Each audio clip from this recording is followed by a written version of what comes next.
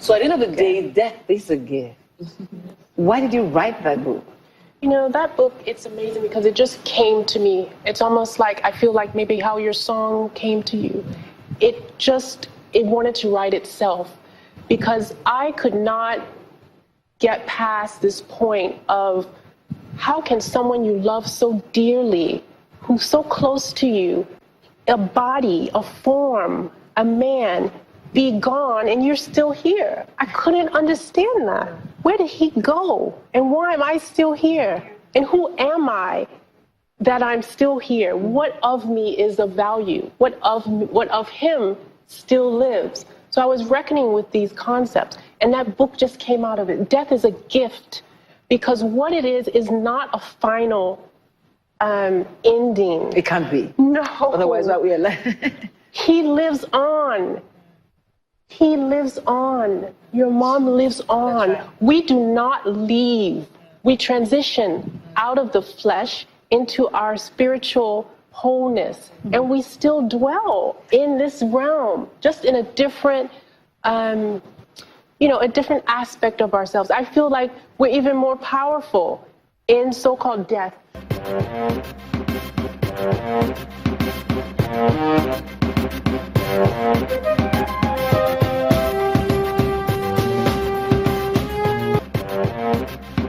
The good thing about this show is that you can still catch it on Seriously Speaking online and get more out of what we have just shared with you. I also found very interesting in that Jeckers zone the story of my friend and colleague Aisha Falode, who lost her son Toba under very strange circumstances in Dubai a year before this show was run. And when we ran this show, our phones wouldn't stop buzzing because Nigerians were bitter. Why didn't the Nigerian government do more to hold the UAE government more responsible for the loss of a child that had such a bright future, But the truth is, the mother had to move on. But she didn't just move on. She decided to do things that would help others be better at managing such things in their lives, in collaboration with her daughter. We share highlights of that with you now. To why it is so devastating for me. My son and I, we were very close, very, very close. He never wanted to hurt me.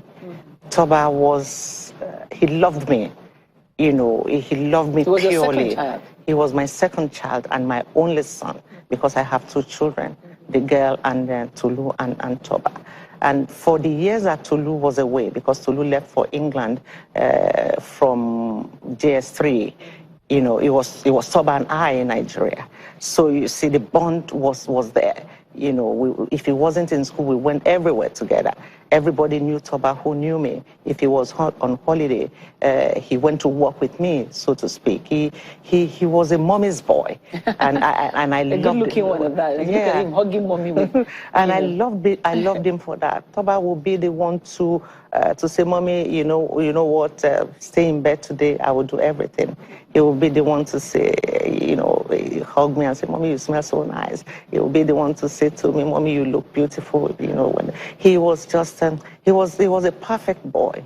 Those are memories that are so, although they are happy memories, but at the same time, they are very hurtful to me. There are some pictures of Toba that up till now, I still can bring myself to look at them. His prom pictures, for instance. Mm-hmm. I can look at his prom pictures. And the fact that I even feel a high level of guilt for what happened to him. Because even though I wanted the best for Toba, he's always wanted to be a musician. That's what his passion, his dream was about. And like any mother would do, I wanted to get an education first, then this music can come later. In fact, the education will help you to know what to do with the music. But it got to a point that I realized that he just cannot, once his mind was set on it, that he wasn't happy what I was making him to do, media communication. Mm-hmm. He was at the Birmingham City University in England, mm-hmm. and he just was not happy. And I said, okay, let me let this boy do what he wants to do. I look back today and say, well, maybe I should have put my foot down and say, look, get your degree in Birmingham first, then we'll go and look for where you can pursue your musical career. So I took him off Birmingham, and in 3 months, all this happened. So that guilt, is killing me, that maybe I took this boy to where maybe if I didn't take him away from Birmingham, he will still be with me today, he will still be alive, we will still be one big, happy family. But today, something is missing. A big part of us is missing, and that is Toba. Even though he's gone, he would never die because we carry him in our hearts everywhere and all the time. Was it the death of your brother? Because he died in Dubai. He died in Dubai.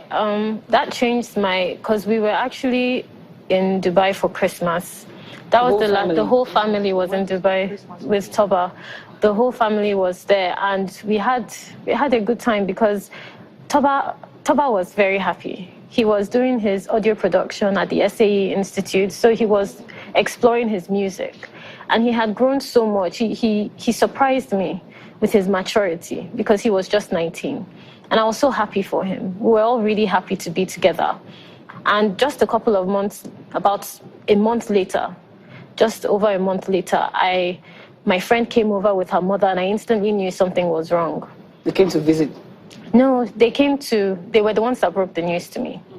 My friend was calling me, she kept calling me, and eventually I picked the call. She said she was outside. Where were you? I was in Dublin, in Ireland. Were you at home? I was at home in my the apartment for students, the student accommodation. And I got to the door and I saw her mother, and we had lost Brother Shaib just about 12 years ago. And instantly I knew something was wrong, because this was how they broke the news of losing Brother Shaib. I knew somebody had died. Who did you think? I thought it was my mom, because I couldn't think of anyone else that I could care about apart from my brother and my mother that would demand my mom's friend coming to see me so early in the morning. My senses were already going around. How would I protect Toba? Have they told Toba? Have they told Toba that, because they were so close? And I started telling my friend, tell me what has happened. Just tell me the news. She couldn't look at me. Her mom told me it was bad news. I said, yes, I know it's bad news. I'm aware of that. Please, ma, what has happened? And she said it's Toba. Oh my God. Was this the same day or a day after? You see, what happened was that, it was Valentine's on the 14th. And like young people would want to do, they had gone out, for Valentine, to hang out with friends. So this happened the early hours of the 15th, as far as I know. Because the call I got at 3:07 a.m., alone at home. I had just gone to use the bathroom, came back to lie on the bed, and the phone rang. And you never want to get a phone call at that hour. Instantly, I knew this was not going to be something good. I looked at the phone, it was a Dubai number, but it was not Toba.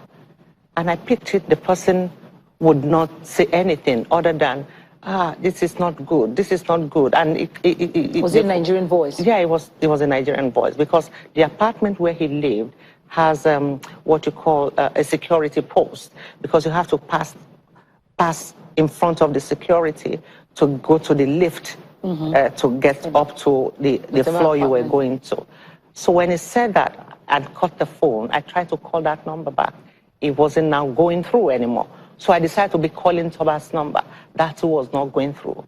So I remembered a friend of his whom he said he was very close to. I also had his number. So I called that number, and it was that number, that boy that answered me. And the first thing I asked was, where is Tyler? Tyler was his name, his known name to his friends. And he said to me, kids, he didn't know that there could be better ways of breaking it. He just said, I'm sorry he passed. That was it. I'm sorry he passed. I spoke with my son hours before. I'll take a break. How does that happen? How do you take such news? It was dark, I was alone, and somebody is telling me my son had passed. It was my world came crashing down at that moment.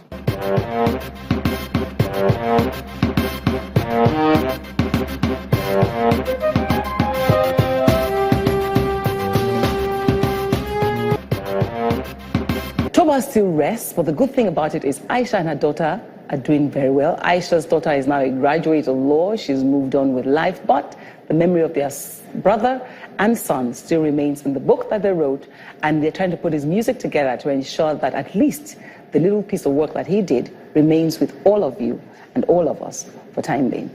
Now, even if your eyes have remained dry through this, there may be those that you would have learned something that you can share with them to learn that life happens, loved ones go, and life must go on.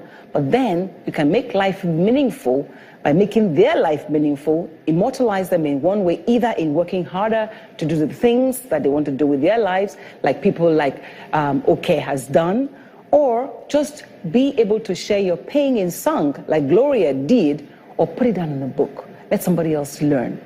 If you remember, even Sia, our psychiatrist, had lost a loved one, but she's also moving on and helping others be better. That's what Seriously Speaking is all about. When we discuss an issue, we want you to understand it better and move on, share it with the next person, all in the aid of making you a better person and your nation better. Thank you for watching Seriously Speaking. Our highlights continue next week.